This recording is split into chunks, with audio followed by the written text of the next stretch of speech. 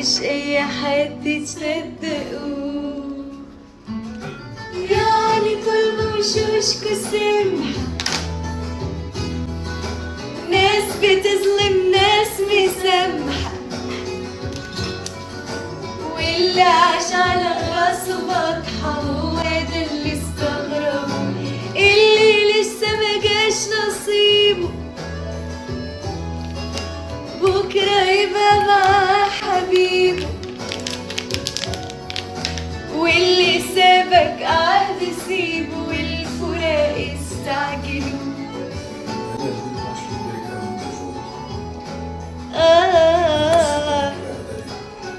قوم وعدي الصعب، قوم يوم هتضحك لك ويوم 1 2 3. قوم وعدي الصعب، قوم يوم هتضحك لك ويوم تمشي عكس معاك وعادي، ما الحياة دي يوم ويوم، فضي قلبك من الهموم، اكسب الدنيا دي. قوم وعدي الصعب، قوم يوم هتضحك. اشتقت لفقرة النسكافيه وعادي، ما الحياة دي يوم ويوم، فضي قلبك من الهموم، اكسب الدنيا يعني كل وشوش ناس بتظلم ناس مسامحة، واللي عاش على راسه بطحة هو ده اللي استغربه، اللي لسه ما جاش نصيبه. هذه كنت اكلها في المغرب، جيت لقيتها هون، بحبها، بحب افطر فيها. عادي سيبوا والفراق استعجلوا.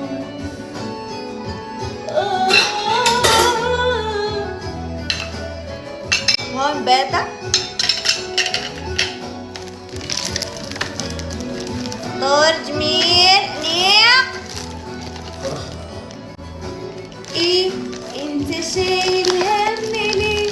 كل شيء مقدور عليه، اللي راح منك مسير ويجي غيره وترضى. اللي ساب الدنيا دي شالها من تفكيره. ايه انت شايل هم ليه؟ كل شيء مقدور عليه، اللي راح منك مسير. امبارح طلبت هذا بعدين بجربه معاكم، مكرونة شيتوس، شوفي ده حلوة ولا لا. مستحيل تكسر بخاطره، كل عبده ليه دفاتره، ليه ملايكة بأيدي، اللجنة في حسن نية، كله يسلم من الأذية، عيش وحبة إنسانية، مين بياخد رزق مين؟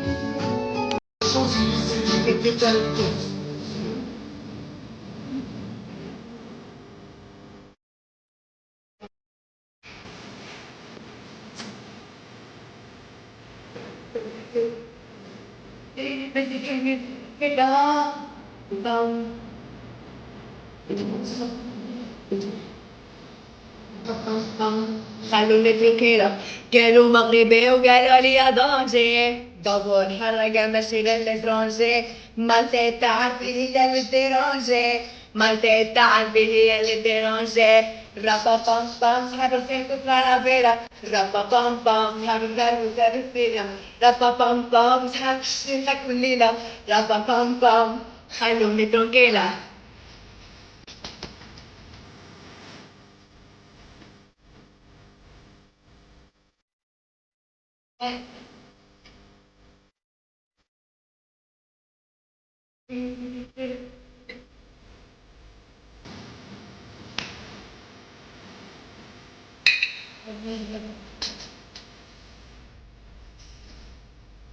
هلا اسألوني جالسين وانا بفطر اجاوبكم. يا عمري انا اسمي دعاء لكن مش دعاء الاستجابة، بس اوكي.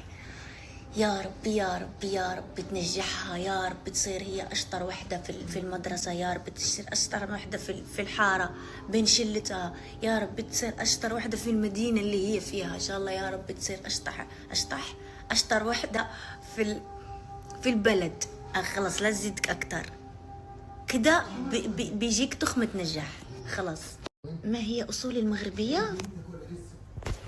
اوكي شوفي، أنا اسمعي دقيقة، معلش أفلام، أنا بدي أفلام. اسمعي، أنا تعالي فهميني وأفهمك، تشوفيني وأشوفك وبدون ما نخانق. أوكي اسمعي الله يسعدك. أنا بابا، لا جدي أمازيغي، بابا فاسي من فاس، جدي من أمازيغ، بابا من فاس. أنا انولدت في الرباط وكبرت في أكادير، عرفتي؟ يعني أنا ماسكة كذا مدينة. أنا ما بعرف أمازيغي، بس أنا أعتبر من الأمازيغ لأنه جدي أمازيغي، فأنا أحب يعني من الأمازيغ. أوكي، بس أنا ما أتكلم أمازيغي. أخوي الصغير يتكلم أمازيغي لأنه انولد في أكادير، يعني انولد في المدينة اللي أنا كبرت فيها. أوكي، أنا وأختي ما نعرف نتكلم أمازيغي، بابا يعرف يتكلم أمازيغي، عرفتوا؟ يس. سيارتي ما تكنسلت، سيارتي جاها توتر. يعني شوفوا راح أقول لكم، أنا سيارتي صلحتها وكل شيء، أوكي صلحت ما تكنسلت ولا شيء، بس أنا يا جماعة أخذت السيارة ما عمري عرفت إني لازم أحط لها مي. هذه الأشياء ما درستها أو درستها ونسيتها ما بعرف. المهم إنه المفروض دائما أحط لها مي. هون بدبي الحرارة، فأنا ما كنت أحط لها مي من يوم اشتريتها، ما حطيت لها مي. تمام. السيارة صبرت علي بعدين راحت اشتكتني للموتور ولا ما بعرف شو اسمه، للدريفر للفرودور المهم شيء هيك اسمه ميكانيكي، انا مش هذا.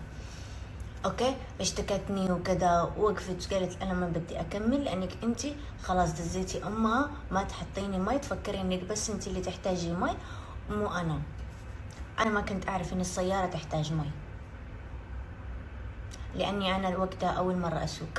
صار يا عمري اسمعوا، انا لازم احكي لكم قصة انتم ما تعرفوها، عشان انا ما بحكي كل قصصي. ليش؟ عشان هذه ما ينفعكم ولا يضركم ولا راح تستفادوا شيء من مشاكلي، بس انا كثير عندي مشاكل. اوكي، طبعا انا ما اقدر اسافر حاليا، لانه اقدر اسافر بس ما راح الحق الوقت اللي بيكون فيه المحكمة، بيكون ضيق. محكمة شو يا دودو؟ شو مصيبة يا دودو، شو سويتي؟ ما سويت شيء والله، انا انسانة بريئة لطيفة ظريفة. بس لما صار الحادث اوكي ضل يعني الاطراف الثانيين ما حد يعني راحوا سافروا ما بعرف، ضلت معلقة الموضوع، فراحت للمحكمة، فانا لازم احضر الجلسات. ليش؟ لانه انا المهم ما نقدر نتكلم في المهم هذه يعني اشياء تبع مرور، يعني لازم هذه اشياء مرور يعني خفيفة، مش شيء كتير او عظيم او اشياء، عرفتوا؟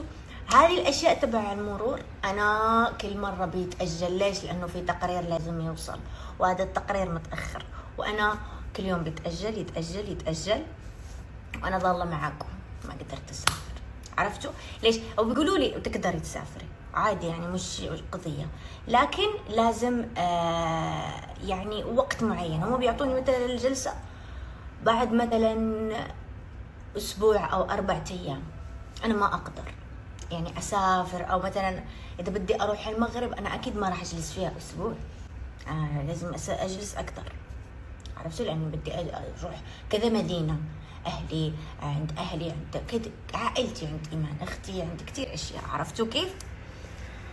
فمواضيع كتير انا ما بدخلكم فيها، وانا ما بتعرفوا، انا كتير مفشوخة من جميع النواحي. سيارة مسكينة مكتئبة، الغت رحلتها معايا، سئمت مني، عندي محكمة ودنيا على خير ايامي، صرت في المحاكم، عمري في حياتي ما شفت محكمة، بس عجبتني الاجواء.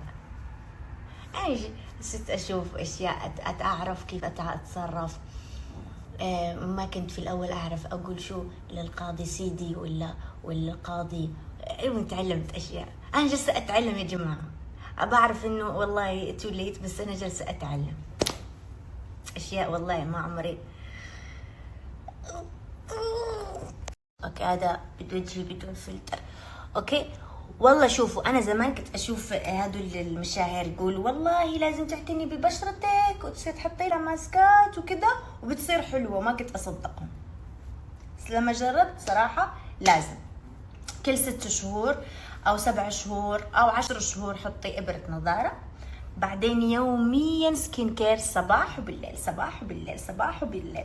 مي أنا صرت زمزومة جيبيلي هذا الله يسعدك. أنا صرت أشرب مي. ليش؟ أنا قبل ما كنت أشرب مي، صح يا زمزم؟ لما صرت أنا عادي تعالي بس أوريهم هذه، بعدين أبلعها. هذه صرت لما صارت عندي هذه صرت أشرب كتير مي، بسرعة تخلص، صح يا زمزومة؟ بسرعة تخلص لي وبمليها. هذه بتلاقوها في البوتيك عندي، فبتحافظ على المي، بيضل بارد، عرفتوا؟ وبشربه. فأنا صرت بسبب هذه أشرب كثير مي، تمام؟ هذا السر. أما إذا بتتابعيني بتعرف إني أنا من النوع اللي كتير بيعتني ببشرتي كتير، يعني كتير. بشرتي يعني شيء مهم في حياتي. شوفوا أنا صار لي كذا يعني تقريبا 2 سنين وأنا بدي أسوي أغنية معينة حلوة. شوفوا أول أغنية يعني أنا اكتشفت بعدين، لما تعرفوني أنا ما عندي شغف إني أكون مغنية، يعني اللي بيعرفني يتابعني بيعرف ما عندي كتير شغف. يعني يمكن يكون شغفي في إني أمثل أكتر من إني أنا أغني، مع إني عندي موهبة الغناء أكتر. أوكي لكن بدي أسوي أغنية، لكن والله أول أغنية جدا صعبة، لأني لازم أختار ستايل معين، ولازم أختار جو معين، ولازم يعني كتير جالسة أشوف يعني عندي تقريبا فوق 1000 أغنية جالسة أسمعها عشان أختار. فالاختيار هذا جدا صعب، يعني ما تفكروا إنه سهل، والله اختيار أول أغنية شيء جدا صعب. غير إني ماني عارفة أي أجواء راح أغني فأصبروا علي. أنا جالسة أشتغل على هذا الشيء. الصبر جميل، وهو بكرة تشوفوا وبكرة تسمعوا، عرفتي؟ فأول أغنية راح تكون أغنية للجيل، للتكسير. أوكي فأعطوني وقت. أنا بعرف إنه الوقت اللي بقول لكم أعطوه لي مرة طويل، بس مش أنا اللي بطوله، والله الظروف. لأنه بكون مثلا بدي أسوي هذا الشيء بيطلعوا لي أشياء خرمزية. يعني أنا بسوي أشياء، هلا طلعت لي أشياء تبع محكمة، طلع لي يعني أنا بسوي أشياء مهمة جدا، فبجلس أسويها بيطلعوا لي أشياء بيعطلوني.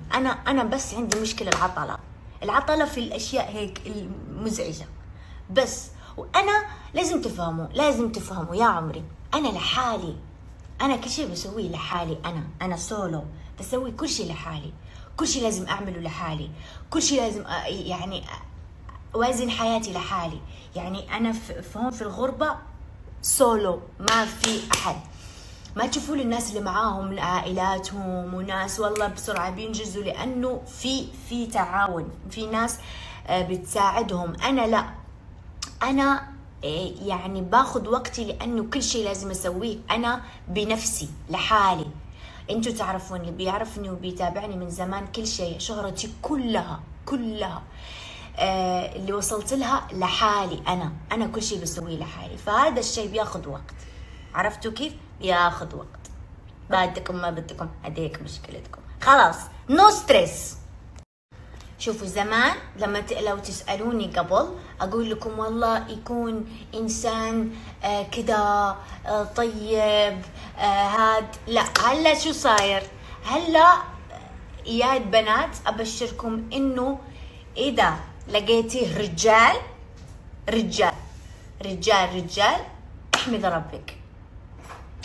احمد ربك، تمام؟ ولازم تعرفي شيء، لازم تعرفي لأنه الرجال صاروا في هذا الزمن نادرين جدا. يعني فعليا نادرين. فلازم تعرفوا شيء تاني، البنت اللي بتكون مستقلة بيكون عندها صعوبة في إنها تلاقي الشخص المناسب أكثر. عرفتوا كيف؟ يعني أنا ممكن أروح أتزوج بكرة وأسوي لكم خطوبة وترند ودنيا وخلاص وخلصت، بس هذا الزواج، أوكي؟ فأنا لازم أختار الشخص المناسب، وكمان لما أختار الشخص المناسب ممكن يطلع مع العشرة مش مناسب، ما بنعرف، طبعا هذه الأشياء عند ربي. لكن البنت اللي بتكون مستقلة بنفسها ويعني عندها اكتفاء بنفسها بيكون عندها صعوبة إنها تختار الشخص أكثر من البنت اللي بدها هذا الشخص يجي يسوي لها أشياء وتعيش معاه الحياة. لا، أنا الحمد لله أقدر أسوي لنفسي كل شيء، تمام؟ بتصير صعوبة إن تلاقي الشخص البنت المستقلة أكثر. أول شيء، أنا مش 6 سنين وأنا في السوشيال ميديا، كذابة، تكذبي تدخلي النار. أنا مش 6 سنين وأنا في السوشيال ميديا، كذابة، ليش تكذبي؟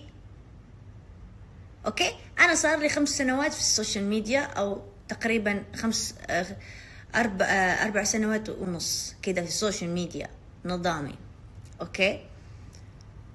يعني 5 سنوات، أوكي؟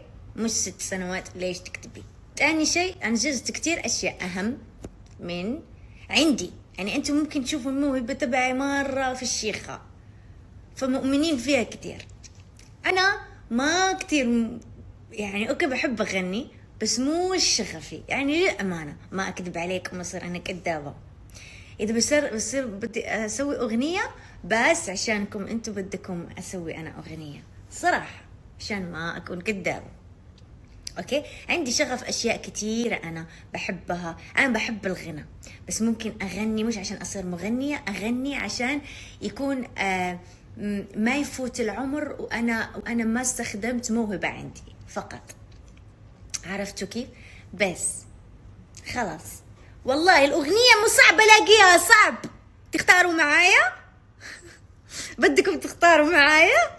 لو أقدر أفتح الديمويات والله كنت خليتكم تختاروا، كتير احترت. شوف، هحكي لك قصة تمثل دائما شخصيتي في كل المواقف الحياة، أوكي؟ راح أحكي لك حدوتة. تعرفي ريا وسكينة؟ ريا بعد ما قتلت المرأة طلعت عند سكينة وقالت لها شفت بنت الحرام عضتني وأنا جالسة أخنقها وأقتلها. عيد الجبل. ريا قالت لسكينة أختها شفت بنت الحرام المرة اللي كنت أقتلها وأخنقها عضتني. يعني ريا ما شافت إنه هي يعني زعجها بس العضة، بس ما شافت إنها جالسة تقتل المرة وتخنقها بدها تقتلها. عرفتي؟ هيك دائما في حياتنا أغلبية، يا بيكون هو المرة يا بيكون هو العض، يا بيكون هو ريا يا بيكون هو المرة اللي عضت. أنا غالبا دائما بكون اللي عضت المرة اللي جالسين يقتلوها. يا عمري ايه ما هي رحمة كمان، أنا وياها دايما نحط تاريخ، بعدين لما نروح، لأنه أنا ورحمة أحيانا بنروح للجلسة بيقولوا لي تأجلت ونجي حزينات. تأجلت. الله مو أنا، أقسم بالله مو أنا بدي أسافر من بكرة، بس ترى أنا أقول لكم شيء، أنا شخصيتي هيكون عندي كتير مشاكل كتير، هون نار وناس بتضرب بعضها، هون خراب، بس أنا تلاقوني في السوشيال ميديا ما في أسعد مني، وأنا مضروبة بالرصاص. بي بي بي بي. عرفتوا؟ كل شيء مخربط، وجلسة والله إني جلسة أكافح. بس أنا السوشيال ميديا ما أحب أشكي فيها، أقول أنا عندي مشاكل، أنا عندي، لا، أنا الشكوى لله. عرفتي؟ أنا بشكي لله، ربي بيضبط أموري، بيعطيني حياة سعيدة. وبيعطيني هذه الابتسامة اللي أنا كل يوم بصحى وبصور لكم بها سنابات. عرفتي كيف؟ فربي بيعطيني هذا الشيء عشان أقدر أكمل وكذا. بس أنا والله عندي ترى مشاكل كثيرة، بس أنتوا تفكرون إنه كن فيكون. ما في شيء كن فيكون، ربي الوحيد اللي بيقول كن فيكون. عرفتي؟ لازم تحطوا بعين اعتباركم إني أنا وحيدة لحالي، ما عندي أي مساعدات، يعني وأنا ما أقبل مساعدات. يعني أنا شخصيتي من وأنا صغيرة حتى بابا ما كنت أقبل يعني مساعدة أشياء مثلا أنا يعني أنا اللي بعملها ما أحب، يعني عرفتوا إنه يساعدني فيها. مثل مثلا شغلي، دراستي، عرفتوا ما كنت أطلب مساعدات في هذه الأشياء. عرفتوا بابا يا دوب مثلا يوديني للشغل، يوديني المدرسة، يوديني هاي الأشياء اللي أنا كان عندي مشكلة تنقل أو طلعات، ما أعرف أطلع لحالي. عرفتوا فأنا ما أحب إني أطلع مثلا للسوشيال ميديا أقول لكم يا بنات والله عندي كتب بنات. أنا عندي كتير أشياء كتير أشياء صحية دنيوية كل شيء. عرفتوا بس هو ربي لأني بشكيله هو بيعطيني ديك القوة اللي دائما بطلع فيها السناب عندكم وبضحك كأنه ما خصني خير. عندي مدير أعمال، عندي 3 محامين، يعني المحامي مسوي لي 3 محامين، عندي دنيا، بس مو ملحقين على أشياء اللي بتصير معي، مش ملحقين أقسم بالله.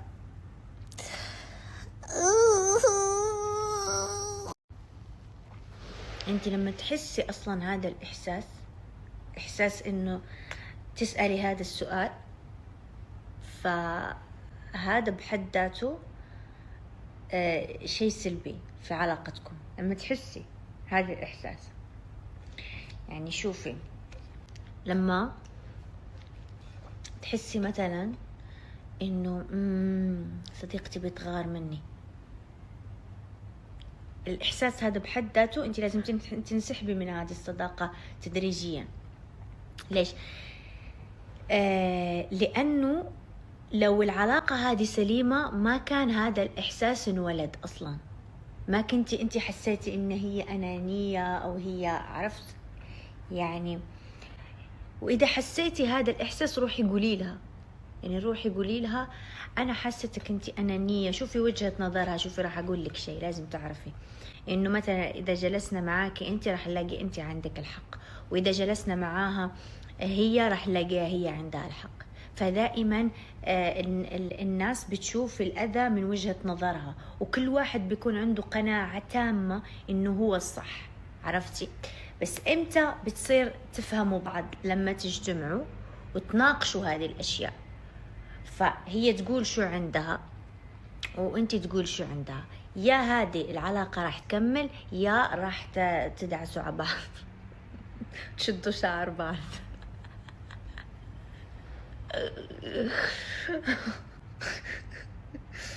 يا الله. عرفتوا؟ فكذا فهذه الأحاسيس ما لازم تكون، لأنه إذا حسيتي ولو جزء 0.1% بهذه الأحاسيس، يا إما تروحي تواجهيها وتقولي لها كذا وكذا وكذا، ما تخلي هذه الأحاسيس السلبية، لأنك أنت بتصيري أنت الخطر. أي شيء، أي أحد لما تكون صداقة، أي شيء بيتخبى، مثلا سوت معاكي حركة وخبيتيها في خاطرك وصرتي تناقشيها أنت وخاطرك، ليش تسوي كذا، شو هي هذا الشيء بيخلي منك أنت الخطر في العلاقة. لأنه المفروض لو أنت إنسان أو أنت إنسانة يعني مش خبيثة من داخل، بتواجه بتقول لا أنت سويتي كذا وكذا. ترى الطيب هو اللي مثلا يروح يصرخ يقول والله أنت سويت كذا وكذا وكذا وكذا وكذا كذا. الخبيث هو الساكت. عرفتوا؟ لما تلاقوا نقاش واحد كتير بيصرخ كتير بيصرخ وأنا يا وواحد ساكت، في وجهة الناس بيلاقوا إنه هذا اللي قبيح، يعني هذا اللي مسيطر أو هذا اللي شرير. بس هو العكس. دائما الصوت الحق يكون عالي دائما. دائما لما يكون الانسان على حق بيصير صوته عالي. الانسان اللي ما في قلبه شيء بيقول كل شيء، انت سويت لي كذا وانت خلاص كل شيء اللي في قلبه بيطلعه. بس الانسان الساكت الصامت هذا هو الخطر، عرفتي؟ فانت لازم ما تكوني خطر تروحي تقولي لا انت كده سويتي لي، كده سويتي لي، كده سويتي. ممكن تلاقي عندها اجوبه مقنعه، تمام، وتتصالحوا وتحبوا بعض وتتعانقوا، تمام، وتسوي لها صالحان كده، لا هذه قطعا صالحه كده، تمام، تعطيها ورده تعطيك ورده وخلاص حبوا بعض. يا جماعه انا بدي اجي للعلا والله يا ربي. كم لي سنة 2 وانا بقول لكم بجي للعلا. رحت للسعودية مليون مرة ما رحت للعلا. بدي اروح للعلا اشوفها. وفي في منهم نطاطات، شوف ذوك النطاطات بدي انطنط فيهم ان شاء الله. ان شاء الله هذه من خططي المستقبلية ل 2030. يا عمري شوفي نقول لك شيء، زمان كان الاستغلال الفني هذا زمان، لما ما